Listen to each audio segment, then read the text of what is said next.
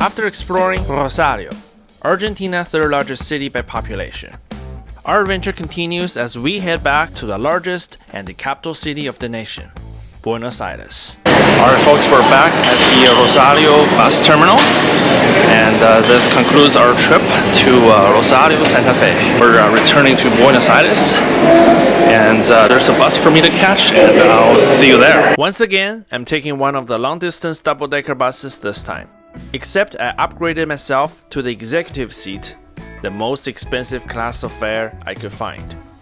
It was just the equivalence of a few dollars more, but the difference was just that I did not have to share either the window or the access to the aisle with somebody else.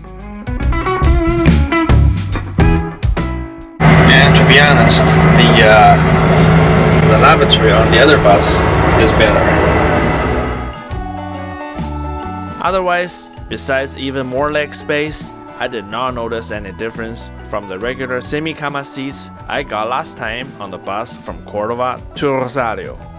Maybe I would appreciate this type of arrangement on even longer trips if I have to spend overnight on the bus.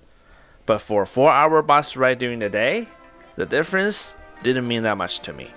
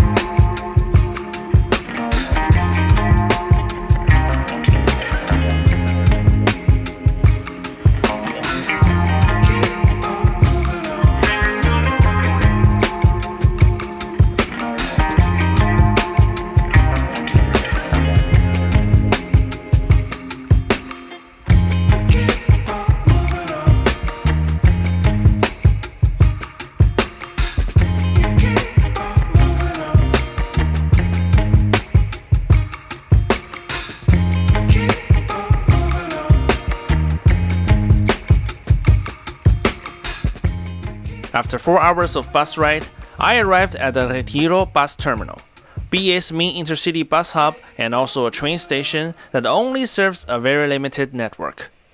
Apparently, there were many warnings about safety around the Retiro neighborhood.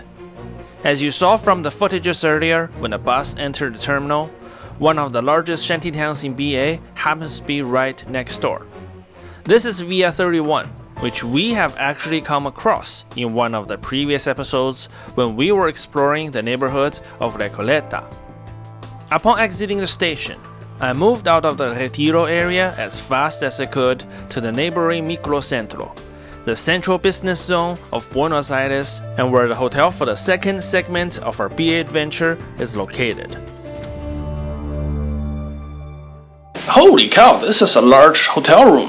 Well folks, welcome to the second segment of our Buenos Aires adventure.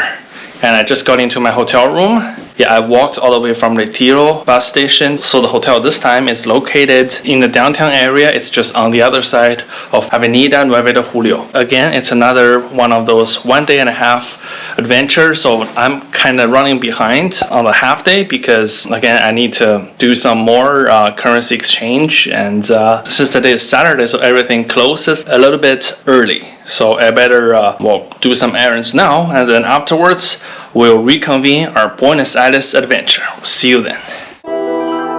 I never realized that Florida Street was so close to my hotel, so I made it to the currency exchange office 30 minutes before they closed early for Saturday.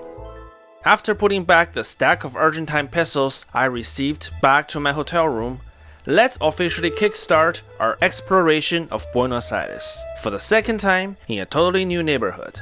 Alright, so we're at the Kirchner Cultural Centre. So this impressive building behind me, this is, as the name suggests, a cultural center, and it is named after the former president of Argentina, Nestor Kirchner, and his wife, Cristina Fernandez de Kirchner, also served as president afterwards. Yeah, since this is a cultural center, that means this is a building that's accessible to the public. Why don't we go in and take a look? Despite being named after Nestor Kirchner, the building actually has been around since way before Kirchner was even born. Originally built in 1928 during the last hurrah of Argentina's booming age, the building was constructed to house Argentina's national postal service. It was during the presidency of Juan Perón that many departments of the postal service began to move away so that the Perón administration and the Eva Perón Foundation could set up offices in this grand building.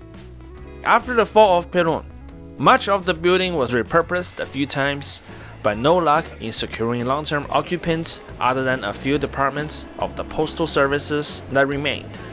During the presidency of Nestor Kirchner, he proposed the conversion of this once magnificent architectural masterpiece into a cultural center for the public to use. The renovation completed in 2015, 5 years after Kirchner died, and the repurposed complex immediately became one of the largest cultural centers in the world.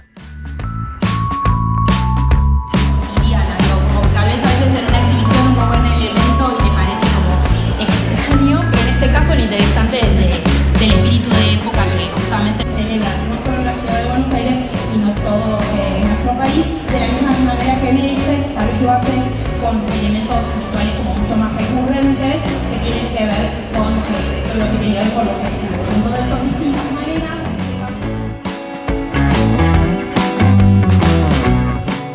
Observaciones contemporáneas que están dando, pero también tiene que ver con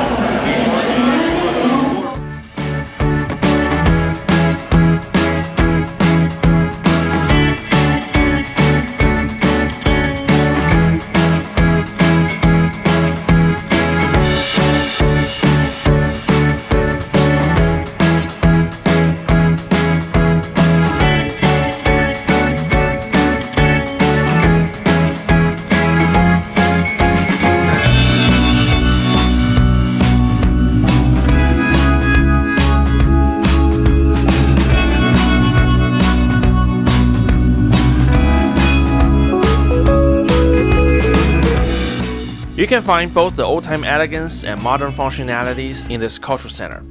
They coexist fairly well. Yeah, so based on what I've seen so far, this cultural center is absolutely amazing. On the ground floor, there is an exhibition going on. I think it's for promoting the innovations that were originated from Argentina.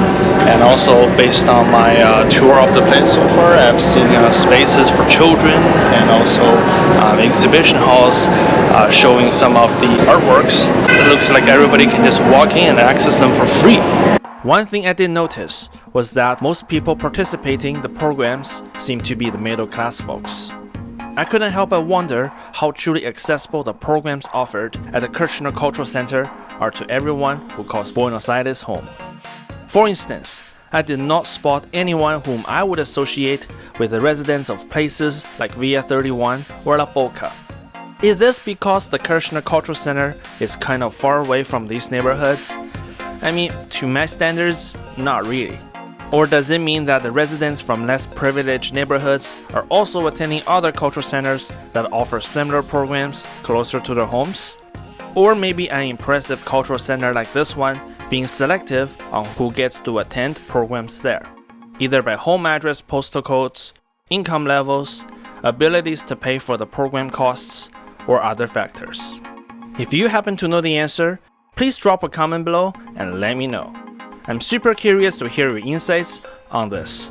Yeah, I'm also wondering what this is.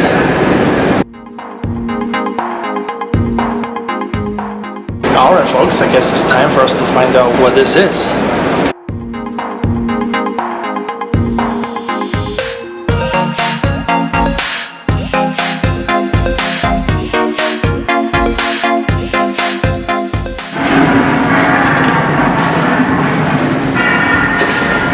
Oh my gosh, it's a public art gallery. Unlike my doubts on the participation of programs mentioned earlier, one thing that I'm sure is that this modern arts gallery is open to everyone, free of charge.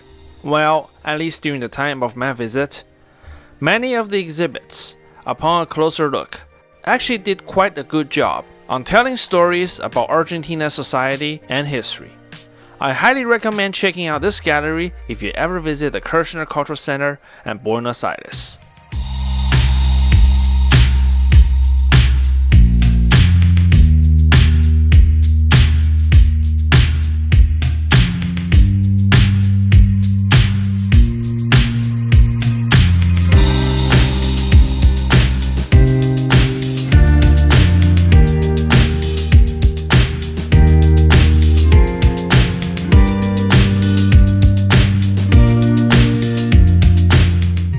During the presidency of Juan Perón, like mentioned earlier, one section of this building was given to the Eva Perón Foundation, a charity created by then First Lady Eva Perón for helping impoverished women and children. Despite the foundation went out of operations in 1955 when Juan Perón's presidency was overthrown. Today, one of the rooms is dedicated to this one of the building's most famous occupants in history. Sala Eva Perón is a reconstruction of Evita's former office inside this building when it was the headquarters of the National Postal Service. You'll probably immediately notice two things: the room's elegant design and the staggering amount of letters sent to the foundation. I also found it very interesting that you could see Casa Rosada, the presidential palace, right from the window behind Evita's desk, which was where her husband Juan Perón used to work. The reconstruction was very well done with all the attentions to details that made visitors like myself felt like Evita just went out of the office temporarily and could come back anytime.